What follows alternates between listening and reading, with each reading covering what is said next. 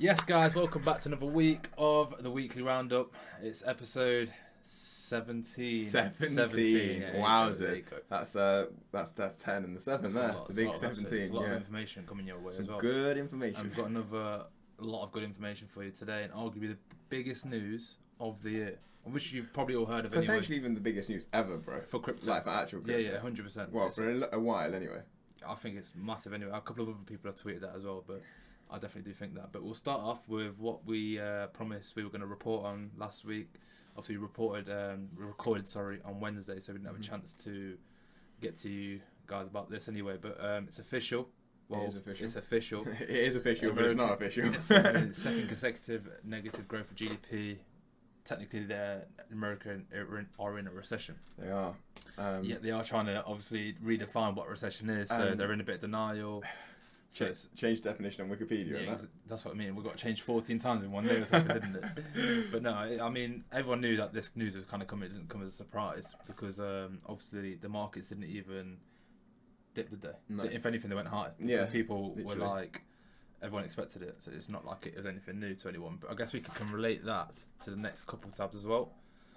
So we've got, obviously, before we go into this, obviously this is 75 basis points, wasn't it, from the Bank of England? Mm-hmm. Or was it 50 basis points, right, bringing us up to 1.75. 75 was obviously the US hike as well, which again everyone expected, and the markets actually shot up, I think, a few percent when that news came out, because bad news is good news, because it could have been worse, basically. That's what people were kind of trying to say. People were thinking it could have been 1. Yeah, exactly. But no, 1%. It wasn't as bad as people thought. But 75 basis points, nonetheless, is still quite high, isn't it? Yeah. But now, obviously, Bank of England as well raised their rates by 50 basis points, the highest increase since '95.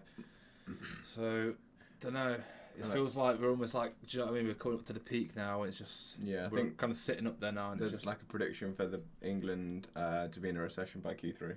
Yeah, which I think pretty much already is, really. Like, do you know what I mean?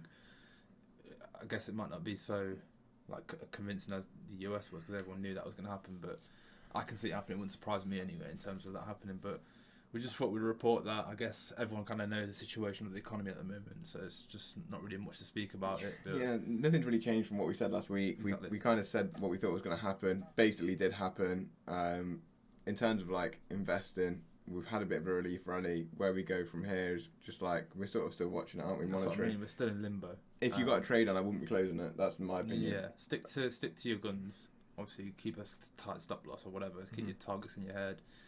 But we've both got active trades on, whether it be in crypto or whatever it is. But markets are reacting anyway. But that is it. Let's jump straight into the big news. This is the news that I was kind of leaning towards at the start of the video. But I think there's one tab we don't have open.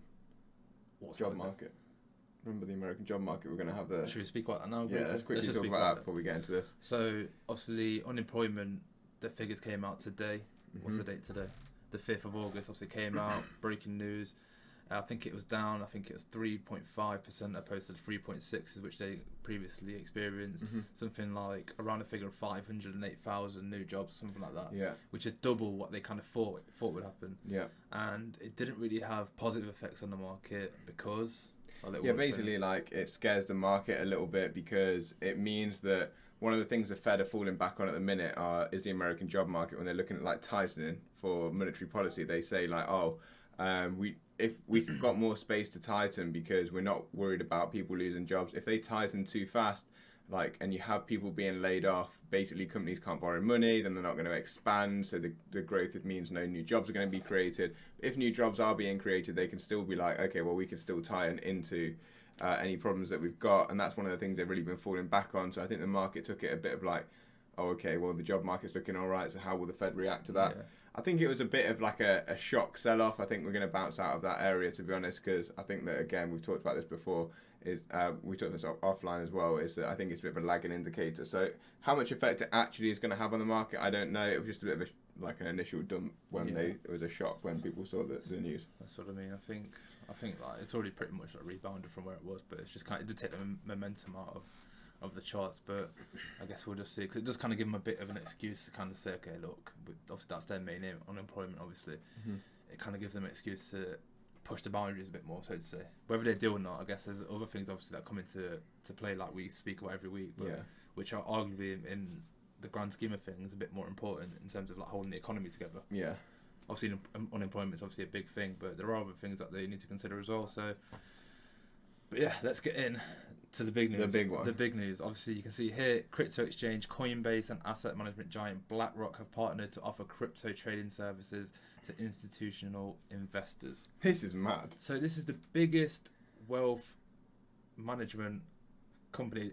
Everyone's heard of BlackRock. Yeah. They're a huge name. They're a staple within like the world, basically. Do you know what I mean? Anyone like, in finance heard of them. And if you haven't, they literally own like a little bit of every single bloody country in the world. Company in the world. This is how powerful they are. They're and huge. They're basically like dipping their toes in crypto now, and it's like we said, even like last week, I think I said it, relating it to something else. It just takes one person, or one company, sorry, to kind of play around with crypto, not play around, but just dabble in it, get involved in it.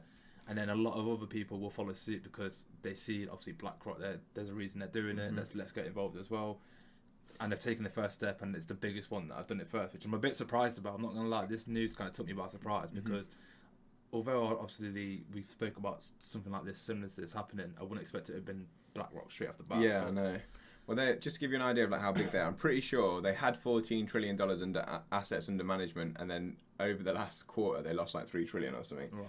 But yeah, but like think about like 5-10% of their clients getting into crypto. That's like $1 trillion. That's a whole market cap of crypto right now. It's they're the numbers. It's maths, isn't it? You got to think about the maths aspect to it.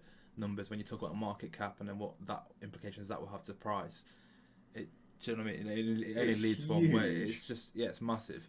And it's kind of a good bit of news to come out at the bottom, so to say. Do you know what I mean? It's like perfect timing for this to kind of come into it. And maybe it's the reason that they've kind of come into it now is because they actually believe it's potentially the bottom. Because if you think about it, they wouldn't, if they actually think crypto is going more towards the downside, they will obviously want to protect their investors a bit more. Yeah. If they didn't actually truly believe, they might potentially have put this off a bit, but again, that's just speculation. Yeah, well, it's weird how, like, I know you can obviously say that we had our actual top in terms of price action in November, but if you look at, like, sentiment and stuff, our top was in March, and our actual top in date was the day that Coinbase IPO'd, and then now we're, like, potentially, like, near a bottom. BlackRock and Coinbase have made a partnership. Yeah. It's a bit strange, so. Big news tends to come out at like top and bottoms, don't they, really? Yeah. Like, they just tend, I don't know why it works out, it just does work out that way, but it's absolutely massive news, and I guess we will see what happens with it. Yeah, there wasn't really a big pump off the back of it. I was quite surprised about that. I guess it's just because of the sentiment, where everything that's going on in the world, like the grand scheme of things. I guess it's kind of hard for markets even now still to rally, but nonetheless, Bitcoin's still trading up anyway. It's good to see it kind of climbing up instead of just treading on sideways. But we'll move on from that anyway and go to this news that this actually is came. Another big bit, to be honest. This broke today as well. So the Bank of Thailand to pilot retail CBDC by the end of 2022, which is this year. Yeah, that's coming quick. Which is this year. 6 months, not even 6 months. Sorry, we've got 4 months left. 4 months that Thailand, again, a pretty good country now. Yeah. Are going to pilot a retail CBDC. That's mad. It is actually mad. It's crazy, isn't it? Like, obviously, we've heard a lot of countries deciding to pilot things. Maybe like next year, I think a lot of people announced they were going to do it. But Thailand have come out and said they're going to crack on with it this year, which is, again. I've got actually a private client who works in Thailand. I'm not going to say what he does or anything like that, so I don't want to give anything away about him. But he was telling me the other day, this is not completely off the topic because it is to do with Thailand and payments. He sent some Great British pounds to Thai baht to his bank account using Neum, the Ripple partner, and it settled in 3 seconds. So it just goes back to the point we kind of say, like, these like Asian countries are really pro crypto, and I think it's going to pay dividends to them in the future because it gets them that early adopters kind of phase, isn't it? If they start adopting it now, they gain experience using this kind of technology, etc. And Thailand are obviously confident enough to pilot a CBDC. Yeah, and even if nothing more, like, that's going to attract entrepreneurs. Like, I'm going to want to go there. Exactly. Like, I'm going to be like, if they start, like, I think pretty sure crypto's tax free in Thailand as well. If they make crypto tax free and I can just easily trade in and out of my crypto into that CBDC. I'll be going there and just bopping my crypto left, right, and centre. I think that's why these kind of countries are doing that, because they want to attract those kind of wealthy individuals who are like obviously early adopters of the crypto space in general. Anyway, so it's huge. It's good. It's really positive news, and it's like it's good to see a bit of bullish news kind of coming out, like back to back. A lot of stories kind of coming out, almost like shifting the sentiment a bit. I think because I feel like a couple of months ago we've just been having like bad news after bad news after bad news, and then you wouldn't see anything like this come out of the pipeworks, would it? No. I feel like people are kind of ignoring this news at the minute. I feel like what happens is like when you do get near a low, I feel like you come down, you get battered, and everyone then whenever some good news comes out, like no one really believes it, and the price starts to just grind up slowly. No one believes the good news, no one believes it. Everyone's like, oh crap, there's been like 3 months of good news, and then one thing will come out and catalyse it, and then you'll break out of the range. You'll get that green candle. Yeah. That's what I feel like's happening at the minute. Yeah. Talking about good news. Another one. This is another good news. I was really happy to see this kind of come out. Bitcoin and Ethereum to be policed. I don't know why I was getting that policy like in my mind. I know, I was looking at that like word a brain fart. Policed by the CFTC under new US Senate proposal. Obviously, this isn't like set in stone or anything. It's just literally a proposal, like it says there. But it's good news because it's taken control away from the SEC, which we're going to go on to talk about. Yeah, we still hate the SEC. We still hate the SEC. But you know they, and we obviously want the CFTC to kind of take over because they seem to have a bit more of a logical approach in terms of like regulating. Yeah, they just seem to be like not bellends. Yeah, they're not. Yeah, they're not stifling innovation. Yeah, or you can say that whichever way. But no, I mean it's good to see this kind of starting to come out, and it leads us on to what we're going to speak about. We'll just move on to it now, actually. But there's the lizard. Here he is, the lizard. The snake, whatever you want to call him, Voldemort, yes. Whatever you want to call him. But Gary Gensler, Gary Gensler's under more pressure now because obviously he's getting accused of like market manipulation. I don't know if eyes are on him, bro. That's what it is. I don't think. Oh, we have got another tab open. We'll just link it in, but we'll talk about all three of them anyway. But obviously we've got the SEC basically coming after every single exchange now, including Binance. Yeah. So it's almost like the reason I'm linking these three together is the fact that, like I said to Will, off camera, I feel like they're kind of losing control of the crypto market now. Obviously the CFTC coming in, and I feel like they're having one last ditch effort to kind of just throwing some Hail Marys out there. Get as much money as they can from the industry itself, and yeah, but obviously like you said here, this isn't good news for Gary anyway because he's been coming under pressure for months. He's under the spotlight now. It's not new news, is it? Like in fact, I think one of the early episodes we were speaking about it a lot, like people resigning, etc. Yeah, he's under pressure, and I feel like it's all leading up to like that other story breaking out. Obviously, that Forbes reported on that they're going after every exchange now. Yeah, I've not really got too much to. I'm just thinking about that. There was speculation, I talked to you about this off camera as well, there was speculation that like now BlackRock are with Coinbase and the SEC are investigating Coinbase and have like some lawsuits against Coinbase saying they'd listed 14 securities or whatever. Do BlackRock talk in the ear of Gary Gensler and make that lawsuit disappear? Who knows? Like, who knows? It wouldn't surprise me. It wouldn't surprise me either. We've seen crazier things than that, but just highlighted here, if the turf battle between SEC and CFTC isn't resolved internally, Congress will have to get involved. And is likely to side with the CFTC. And I'm not too sure who said that quote. No, I'm not either. But I'd like to see it. But I get that point though because they're obviously sitting here watching this obviously unfold, and this kind of leads us back to that point that it's a bit of a Hail Mary. They're losing control. They know people like Congress are gonna have to step in eventually and kind of like get everything on a straight and narrow before they lose even more space within the crypto because obviously they're just massively behind everyone at the moment. So I'm sure Congress are keeping a close eye on this, which we've said weeks now. We've been saying this. They're obviously keeping a close eye on Gary Gensler and how they're dealing with stuff, and they're obviously not happy with it if people are releasing bills for Bitcoin and Ethereum to be governed basically by the CFTC. So it's heating up. It's heating up. The SEC are losing their grip a bit, which in my opinion is good.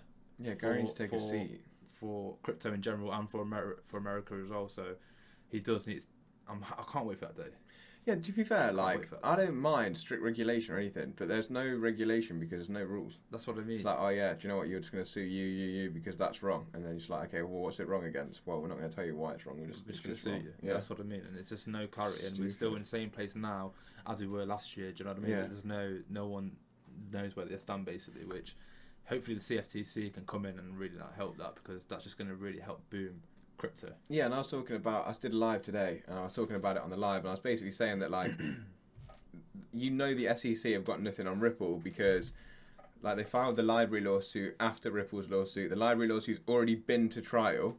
If they had information on Ripple, or they knew they wanted to take it to trial, they'd have rushed it straight to trial. All they're doing with Ripple is like delay. So they obviously not got anything. That's what I mean. So otherwise, how could they have filed lawsuits and taken them to trial within that time frame of, like, what Ripple's lawsuit is? So it's a good point. It's just stupid, isn't it? Yeah. Talking about Ripple, as we normally end a bit on the Ripple news at the end of the episodes, we've got this bit weird news. Very weird. Really bit weird news here. But Ripple co-founder Chris Larsen resigns as director in the UK. Now, there was a lot of speculation that is it to do with the SEC, but within this TikTok that you said it doesn't really make sense for that to happen because obviously it's not in that jurisdiction, it's not the same. Mm-hmm. But nonetheless, it's still a bit, not fishy, I just don't know, it's a bit odd. And Ripple changed the name. Ripple changed the name. UK. Like I said, it could just be down to intellectual property rights, someone having a similar name to them, so that's why they do it, and it could just literally be that. But there's a lot. But Chris Larsen resigning is a strange one. I obviously linked it in this video if you've not seen it. He did come over to London and speak to Sadiq Khan, who's like the mayor of London. They talk specifically about bringing investments from Silicon Valley over to London. So maybe he's doing something there. I don't know why that would mean he'd have to resign. I don't know. It's just linking two and two together. Also, we know they've tested with the Bank of England since like 2016-17, which I think I put in that video as well. The Ripple headquarters, which I didn't know, someone pointed out to me after this video, is 2 buildings away from the Bank of England. Yeah, that's crazy. So is he going to be having some sort of role within the government, or some sort of role in the Bank of England, or some sort of banks in the UK, helping them roll out things? And is that going to be a conflict of interest, being a director in 2 places? I think that's probably the only thing that I would be able to put that on, because he's obviously not resigning. Yeah. Like, he's the co-founder of the company. He's still a co-founder in the US, co-founder all over the world. He's not just going to resign in the UK and nowhere else. So that's about the only thing I could put it on. Yeah, that's quite a logical thing to think, to be fair. It's not too far-fetched. Obviously, it's complete speculation, but it's still a bit odd. It's very odd. I don't know. I'm just pulling that out of thin air. I think that's a good speculative thought, to be fair. Obviously, it's an educated guess, really, isn't it? And then, I guess we could have spoken about this a bit earlier. Obviously, SEC being ridiculous, as they are every week. We've got something new to report on these guys. State of these guys, but bro. Ripple basically asking the SEC for them to confirm if it's him and there's 7 videos. 7 different commissioners, I think. 7 different commissioners, right? Yeah. 7 videos with different commissioners in. Okay. Yeah. And they're just trying to basically validate if it's their staff, and they've turned around and said something like just really petty, just saying we can't say it is or it isn't. It's classic SEC play, like just delaying things again, just being like pathetic, really. Yeah, it's embarrassing. It is embarrassing. It's blatantly him, and like he's there. He might even introduce himself, and then Ripple just say, "Is that William Hinman?" They're like, "Oh, we can't confirm or deny that because we don't know the source of the video." Come on, bro. Oh, I could say a lot right now, but I'm not gonna say it on camera. But good, it's just like it just kind of shows. This kind of sums up the case, the XRP case, because it just shows how petty and like ridiculous, just stupid how the SEC are dealing with it and how they're dealing with it. To be fair, sorry, go on. Which is what I was going to say. Which is why obviously the CFTC are like putting their foot down, and Congress might have to get involved now because they're seeing stuff like this. To be fair, like I'm thinking now, actually, just talking about everything we're talking about, maybe the SEC are now thinking like, okay, we are going to lose this power to the CFTC, and it looks like we're going to lose this case to Ripple. So let's just delay it for as long as we can. The CFTC will come in and take over. The lawsuit will go away. It won't even be the lawsuit anymore. We won't have to pay any fines to Ripple or anything. Maybe that's what will happen. It could be. Maybe the CFTC just step over and say, look, just drop the case. Both pay their own legal fees. Yeah. The SEC don't technically lose. And they're just like longing it out until someone else comes and takes over. That's not a bad thought again. That's another good thought from you. That's just come right now. And I hope that's not the case though. It's a bit like anticlimactic. Yeah. We've just been. I want to see Blimmin Genza get fired. Put him on the throne. Honestly, I wouldn't be surprised. Shame, I wouldn't be surprised. Shame. Yeah, that was great. That was a Game of Thrones reference, by the way. just without him being naked, of course. No one wants to see that shit. But no, that's a really good thought, to be fair. And I've seen like a couple of other big influencers kind of tweet something similar to that. They think that by the end of this year, Q4 or Q1 into next year, they think Gary Genza won't be in a job anyway at the SEC in a position, just because. End of the day, man, look at it. He's caused a right mess. Yeah. Well, after midterms, if they change, like, I don't know who's in the Senate, like Republicans or Democrats, but like it's changing, isn't it? I think it's Democrats and Republicans are coming in or something like that. Okay, I don't know, so don't quote me on that. But the one side that isn't in, they don't like Gensler. So when they come in, if they are going to get the majority, they're going to vote him out, basically. Yeah. Well, hopefully that is the case. Yeah, stick it on him. Yeah, that's exactly what you want. End of a bit of TA. Obviously, we'll go into other charts, but we'll obviously tweet this today. And I thought this was actually a really good tweet. I thought it would pop off a bit more. I feel like it deserves to be a bit more because obviously we've got price targets in for XRP. What's your thinking there then? They're just key areas to look at, to be honest. If we're gonna break out, they're areas that I would say we're going to find resistance and then hopefully flip them into support if we do manage to break through them. Obviously, the one that we're at now between 38 and 40 cent is what I was saying. If we break above that, we'd probably look into 53 cent because there's pretty much of a gap there. Yeah, there's a big gap. So that is quite a big move. That's still like a 25% move from a breakout. So then what happens after that? Maybe you come back and retest the top of the range, push out then towards 68, and then we're on the way then, mate. We're on the way. If we want to claim that this range is the most important for me. If we can claim this range here, the 68 to 71, we'll reclaim the moving averages as well and probably put us back in towards an uptrend. Yeah. So that's what I'd be looking at personally. So until we get up there, I'm a bit. It helps us break structure a bit if we get up to those kind of prices, doesn't it? Kind of you see a clear reversal there, but no, I do like that chart a lot. But I don't know what else we could speak about because, like I said, Bitcoin's not really doing anything too exciting. If I'm honest, it's still trading in this channel that it's been trading in. But it could obviously come back down and test like the lower parts of it just to gain a bit more momentum to the upside. But it's still technically in this relief rally that everyone's been speaking about.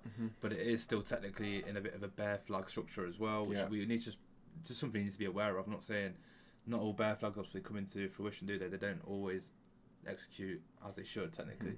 So if we can break out of that bear flag trend, which I'm confident we will. I think we'll break up. I'm confident. I think this relief rally might be a bit more than what people think. Like I've seen some people tweet like, "Oh, wasn't it funny?" As in like talking about this as a relief rally. Wouldn't it be funny if it's just turned into the next like bull market kind of thing? Yeah, because it could easily do that. Do you know what I mean? Like we said, especially with like BlackRock's like all this stuff coming out, maybe the Fed easing up a bit and the narrative kind of shifting a bit now as well. We just need obviously a bit more good news to come our way. Then you can obviously see that happening. But as it stands, it is still technically a relief rally, which is what I'll kind of say to you guys what it is at the moment until and I'd also say like the relief rally is going to take us up to decent numbers in my opinion, even if it is just that. And if it is, I still think we'll have like alts pop off. So eyes on like ETH and the rest of the altcoins. If it is just a relief rally, to be honest. That's what I mean. It could be a bit of a mini like alt season almost, isn't it? Obviously, no Bitcoin will be going. I don't want to say it. I don't want to say it. Whether the Bitcoin dominance stays like where it is now, or there's a lot of alt catalysts as well, like ETH 2.0, like the SEC Ripple case, things like that coming through. Probably some sort of regulation for like stable coins could help with that sort of thing as well. So definitely, let's see. I mean, we'll just obviously got that ISO coming in November as well. People are excited about that. Yeah, there's a lot of things to be fair, isn't there? If you think about it. I'm going to end on oil. The really reason I want to end on oil because it's breaking, it's losing, it's lost its momentum basically, and also a quick plug for our newsletter as well because obviously we wrote this. Like, when did we write the newsletter? Now it was like 3 or 4 weeks ago. Of June. July, so about a month ago we wrote it. We spoke about Bitcoin and we spoke about it going into a potential relief rally before it started getting on the uptrend. We spoke about oil potentially breaking down to 94. I think that's one of the specific targets we wrote in there as well, which it has done. From 116 it was that one. Yeah, that's what I mean. It was completely up towards the peak up there kind of thing. It was at 116. Towards these kind of levels, or I don't know where would it be? Yeah, it could have been around there. It was the 7th of June, whenever it was. It's actually right at the top, wasn't it? Yeah. This is what I mean. We were talking about that losing momentum. We spoke about other things.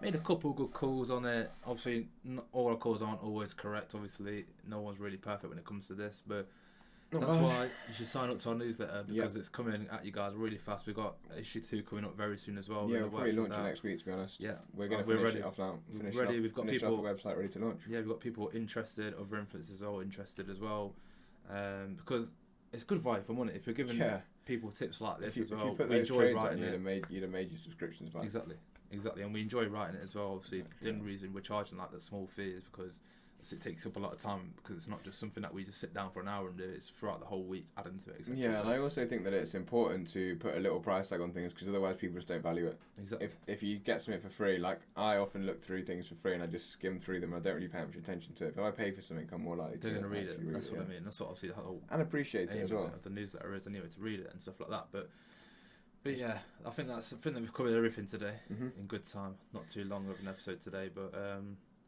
we shall see what this week brings. It's going to be a good week. I've got a feeling. Oh, hopefully it is. As long as China just chill out. Yeah, I know, bloody hell. Obviously, I don't even want to get. You got to take into everything in consideration when you're like investing into the markets anyway.